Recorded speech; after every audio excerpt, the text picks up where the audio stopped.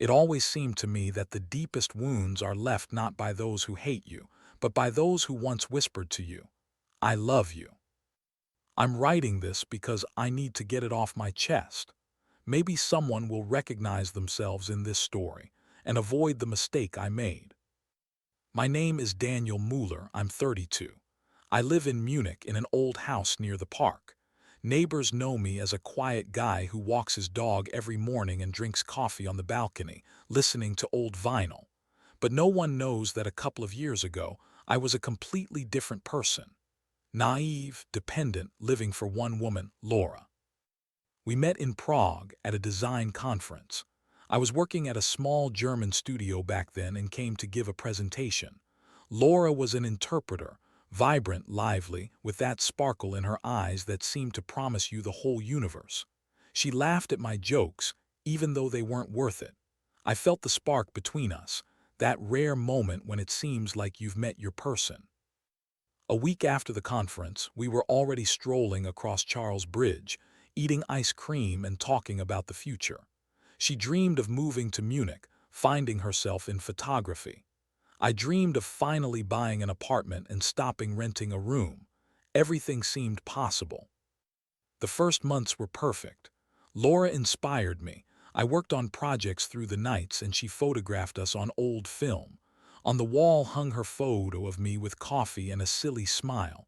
She called it Portrait of a Man Who Doesn't Yet Know He'll Be Happy. Back then, I really was happy.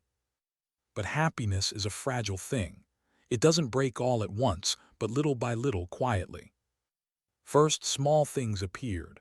Laura started saying I was too simple, that my shirts were without style, that I should think bigger.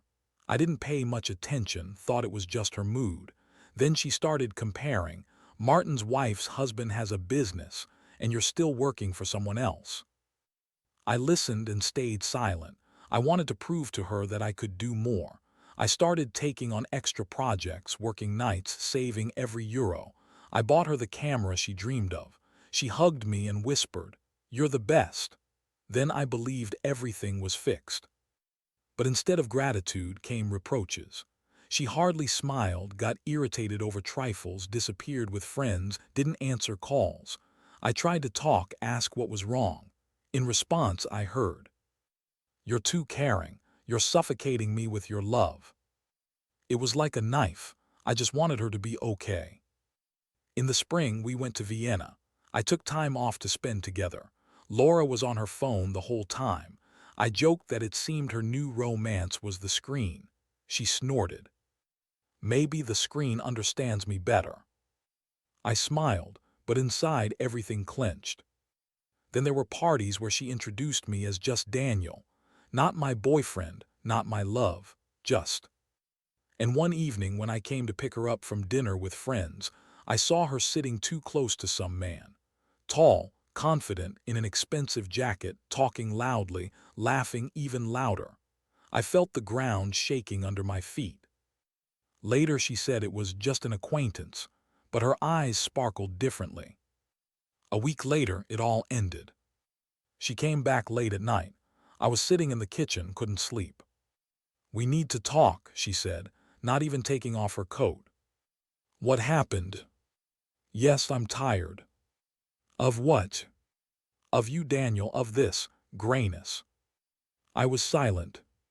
"You understand, you're good, but not a real man. A real one, he knows what he wants. He's not afraid to take risks, he doesn't live by rules." I listened and didn't recognize her voice. "Did you meet someone?" I asked. She looked away. "Possibly. And it's that one, from Vienna." Silence, the answer was obvious. Then came the sound of the door closing. And I sat on the floor, looking at the photo on the wall, the one where I'm smiling with a cup of coffee. She called it Portrait of a Happy Man. Ironic, now it became the portrait of an idiot who believed love could be earned. That night I cried for the first time in many years, not because she left, because I stopped being myself, trying to become who she wanted me to be. After she left, the house sounded different. Footsteps echoed as if the walls were asking, "Why are you still here?" For a week I didn't clear her cup from the table. Why, I don't know.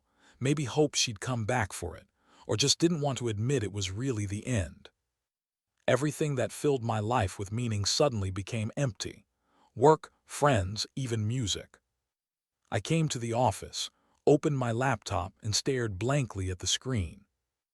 Emails, calls, clients, everything irritated me.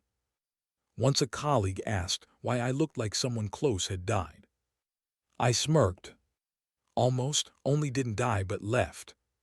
He slapped me on the shoulder and said, "Women come and go, don't take it to heart." But Laura wasn't just a woman. She was my why, the reason I tried, saved, dreamed. And now there was nothing. The first months, I lived like in a dream. Every evening, I turned on the light in her room, so it wouldn't seem like she was gone. Sometimes I caught myself thinking I'd write to her, just to hear her say my name. But pride stopped me. Pride and shame. Because deep down I felt I let this happen myself. I was too soft, too submissive. I tried to earn love instead of demanding respect. One evening, I dialed her number anyway. A man picked up. "Hello." I froze, recognized the voice. That same real man. I just hung up. After that, I stopped trying. 3 months passed, then 6. Life seemed to move forward, but I was like dragging an invisible anchor. Until one day, everything broke completely. I was sitting by the window drinking beer, scrolling through her old Instagram. Her in Italy on a yacht. Her with him in an expensive restaurant. Her laughing. And suddenly, I realized I hated not her, but myself. For still looking at it. I closed the laptop, turned off the phone, and for the first time in a long time just sat in silence. Then I got up, grabbed my jacket and went out. Walked wherever my eyes led in the rain without an umbrella, along the wet streets of Munich. Didn't know where I was going. But inside, something started stirring. As if for the first time in half a year, I was breathing again. The next day, I applied for vacation. Colleagues were surprised. I never took time off.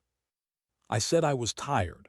Actually, just couldn't sit in the same chair anymore, staring at the monitor reflecting emptiness. I bought a train ticket to Innsbruck, a small town in Tyrol surrounded by the Alps. Rented a tiny house from an elderly couple. No Wi-Fi, no TV, just a wood stove and a view of the mountains. At first it was scary. Then it became quiet. I woke up at dawn, drank coffee on the veranda, watched clouds descend from the peaks. Walked trails, stayed silent. And for the first time in a long time, I felt not loneliness but peace. One day in a local coffee shop, I met a man named Oscar. Elderly with kind eyes, owned a gallery. We started talking. He asked what I do. I said, I do design, but lately I don't feel any meaning in it. He smiled. Then you're looking for a new one. The next day, I stopped by his gallery. He showed paintings by young artists, talked about how important it is to allow yourself to be imperfect. People think perfection attracts, he said, but actually vulnerability hooks us. That phrase stuck with me. Perhaps that's when my healing began.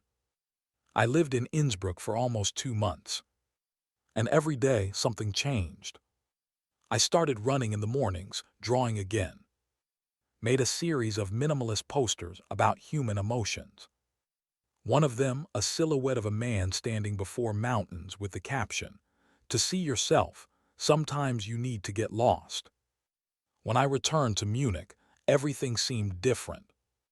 The apartment no longer suffocated me. I threw out old things, took down the photo with Laura from the wall, hung my poster. And for the first time felt pride. Not for loving someone, but for surviving. A few weeks later, I got a letter. Not electronic, a real one on paper.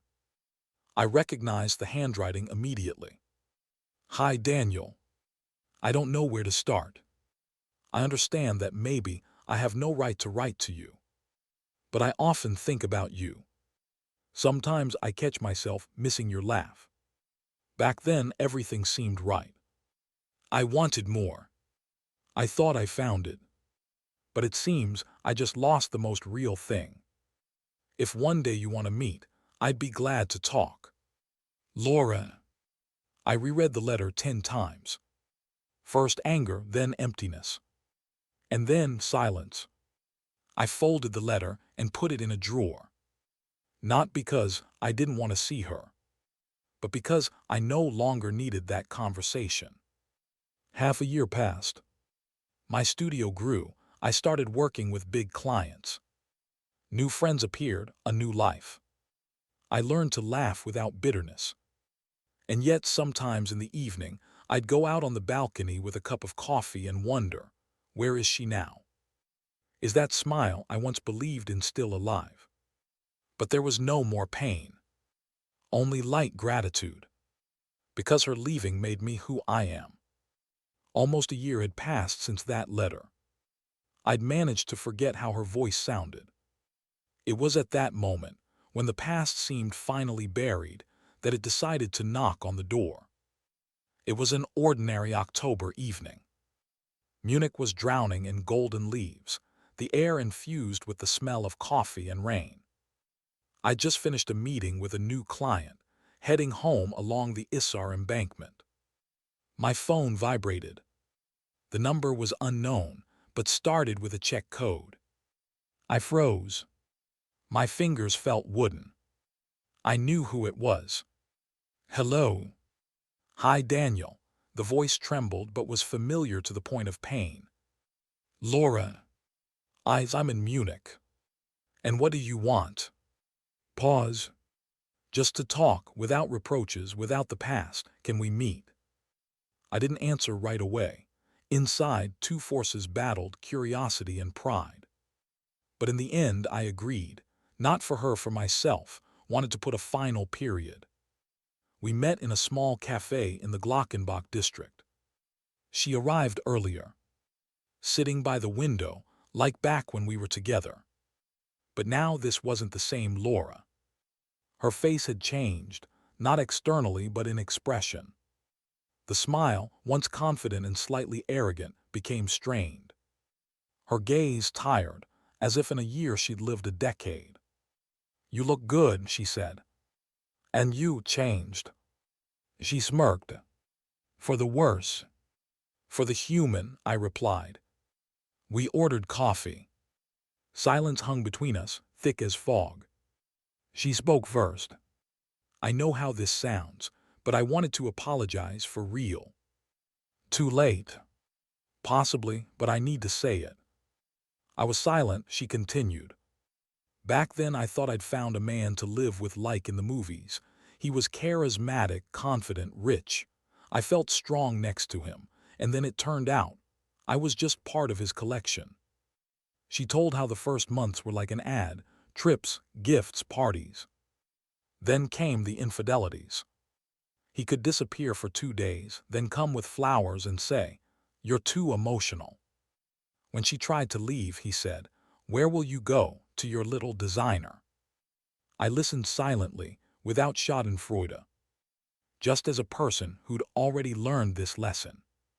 You know what's the scariest, she said. I often remembered how you looked at me. There was so much warmth in your eyes. Back then I laughed, called you naive. And now I understand I just didn't know how to love. She looked straight at me. Are you angry? No. Why? Because now I understand. You gave me pain that became my fuel. Without you, I wouldn't be who I am. She looked away. For a second, I felt sorry for her. But then I remembered that night, her words, "You're not a real man." And everything fell back into place. We left the cafe. There was a light rain. She walked beside me quietly.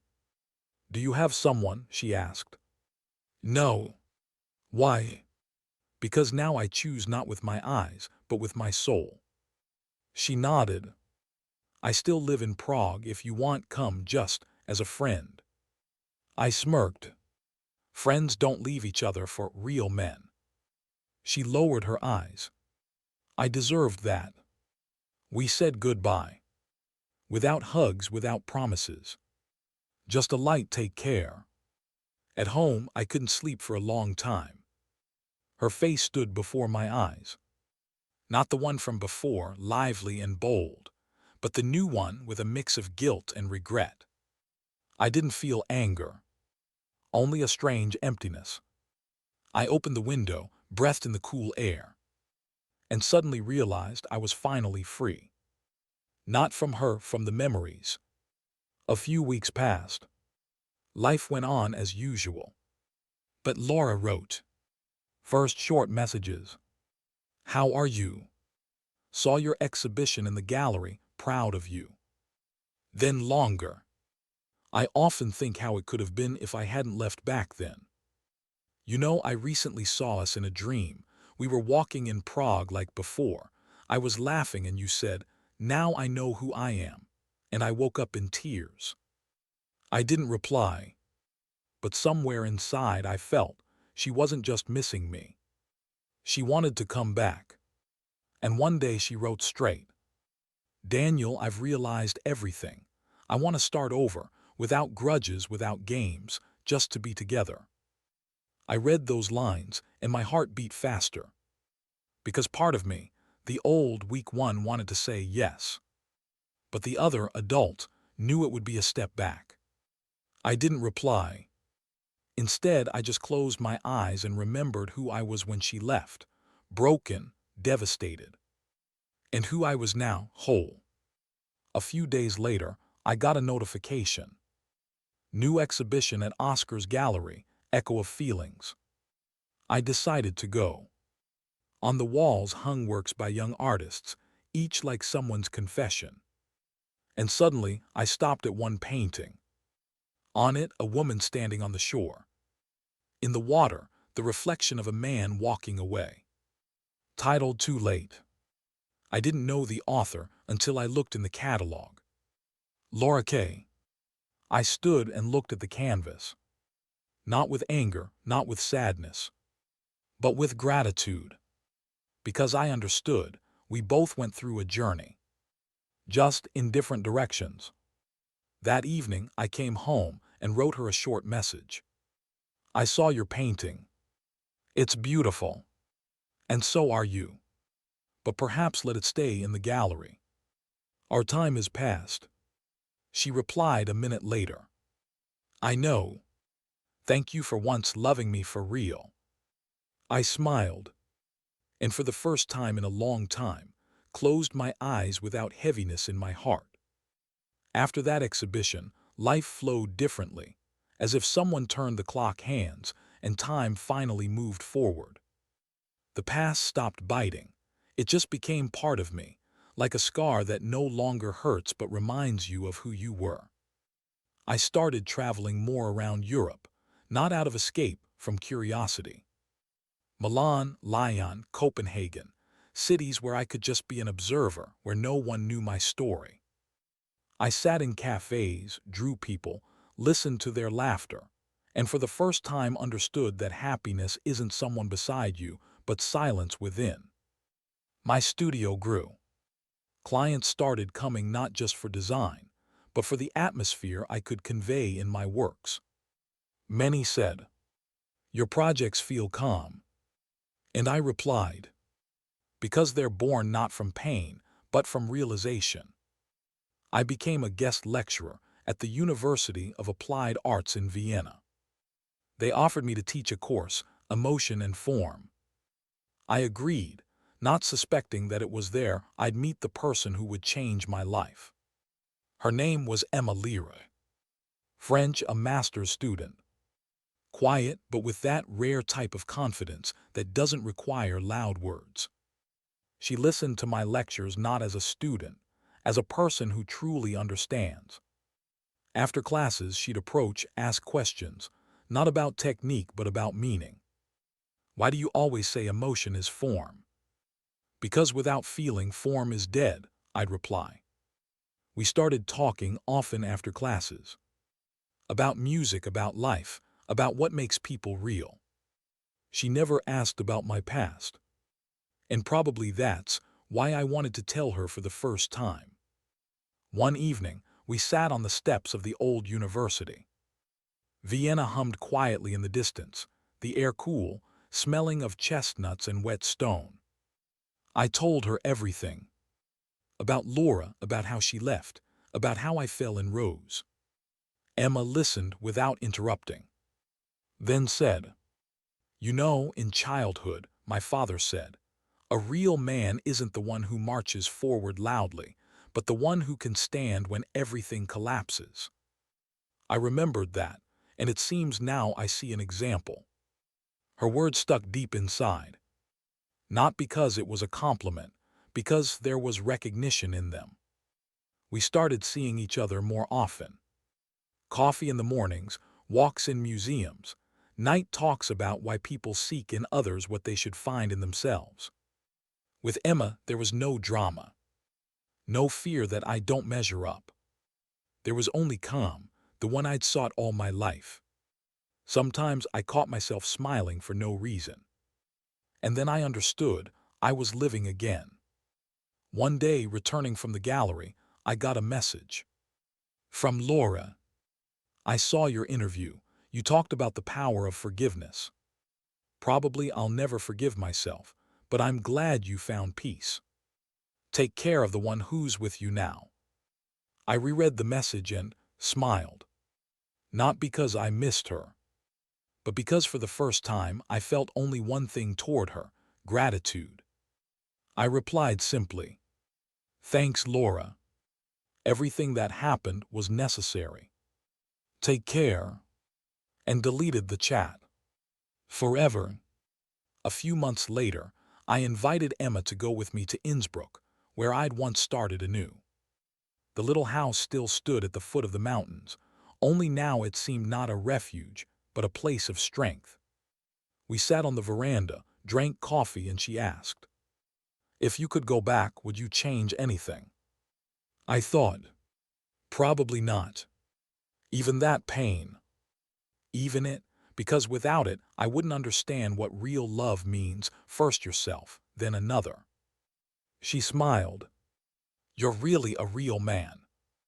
"No," I said, "I'm just not pretending anymore." At dawn, we went to the top of the trail.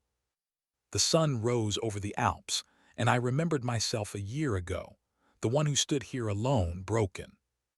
Now I stood next to a person who didn't demand I prove my strength. She just saw it. And I understood. Real man isn't about power, not about success, not about money. It's about being honest with yourself. About the ability to love, even when it hurts.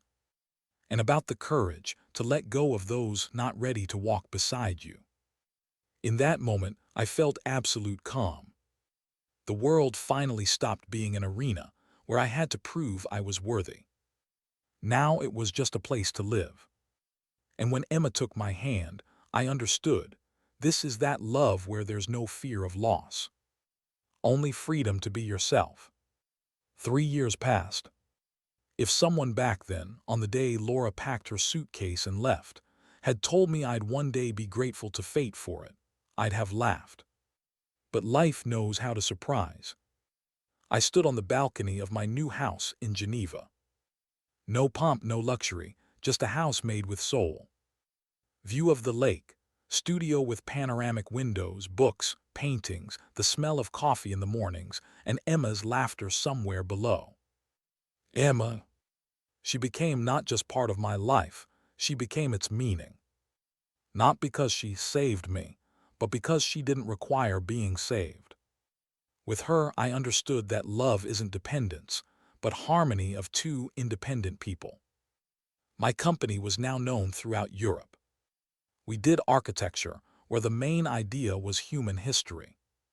Each project, not just form but emotion. One client once said, "Your work seems to heal." I smiled and replied, "Because it was born from pain that no longer hurts." One evening, I was returning home after an interview. I'd just gotten out of the car when a name I hadn't seen in a long time popped up on the phone screen. Laura. My heart didn't skip. Just curiosity, like to a movie you've already seen. I opened the message. I'm in Geneva. Saw your exhibition. It was beautiful. Sometimes I think, what if I hadn't left back then? I stared at the screen for a long time. No anger, no resentment in my head, only silence. I remembered everything. How she called me not a man, how she left for another, how I learned to breathe anew. And understood all of it was necessary. I wrote back, if you hadn't left, I wouldn't be who I am. So thanks. And put a period. A real one. Not from anger, from maturity. When I entered the house, Emma stood by the window, glass of wine in hand. Wearing my shirt, hair tousled, face lit by soft light. She turned to me and asked, something happened? No, I said, just the past reminded itself. And what did you tell it? That it did its job. She came closer, hugged me, and I felt it all. The end isn't in words, but in peace. I no longer owe anything to anyone. The next day, I flew to Milan for a conference. The presentation topic, when pain becomes a source of strength. Before stepping on stage, I looked at the hall, hundreds of people, each with their own story, their own wounds, and said, once I thought being a man meant keeping everything under control. Being strong, not crying, not showing weakness. But one day life showed that strength isn't in not falling, but in rising when everything collapses, and not becoming bitter. I was told I was not a real man. But maybe a real man is just one who can be honest with himself, who can forgive, but not return where he's no longer valued. The hall was quiet. I saw people in the front rows crying. Not from sadness, from recognition. And I understood all this wasn't in vain. After the presentation, a young guy approached me. Embarrassed, nervous, but with that look I knew too well. He said, my girlfriend left for another. I thought life was over, but listening to you, I realized maybe it's just beginning. I smiled. It really is beginning, friend, just not with her but with you. A month later, Emma and I went to a small village in Provence, where the air smells of lavender and evenings, of wine and the sea. We rented a house among vineyards. No connection, no work, no noise. Just to live. Sometimes, sitting on the veranda, I thought about how strangely life is arranged. Everything that seemed like the end turns out to be the beginning. Everyone who left freed space for those who were meant to come. And every pain, not punishment but a lesson, if you have the courage to go through it. At sunset, Emma and I sat by the fire. She put her head on my shoulder and asked, what are you thinking about? About how maybe everything in life is right, even if it seems otherwise. You think everything happens for a reason. I think yes, because without that pain, I wouldn't understand what real happiness looks like. Emma smiled. And what does it look like? Like you right now. Then maybe this is the real man. Maybe, or just a person who no longer hides. Later, flipping through an old notebook with sketches, a photo fell out between the pages, old, faded. On it, me and Laura, young, happy in Paris. I looked at the snapshot for a long time and put it back. Not with regret, with gratitude. Because in this photo wasn't failure, but a path. Without it, there wouldn't be me today. As the last line, I wrote in the notebook, she left for a real man. And I became one myself. And put a period. A real one. Forever.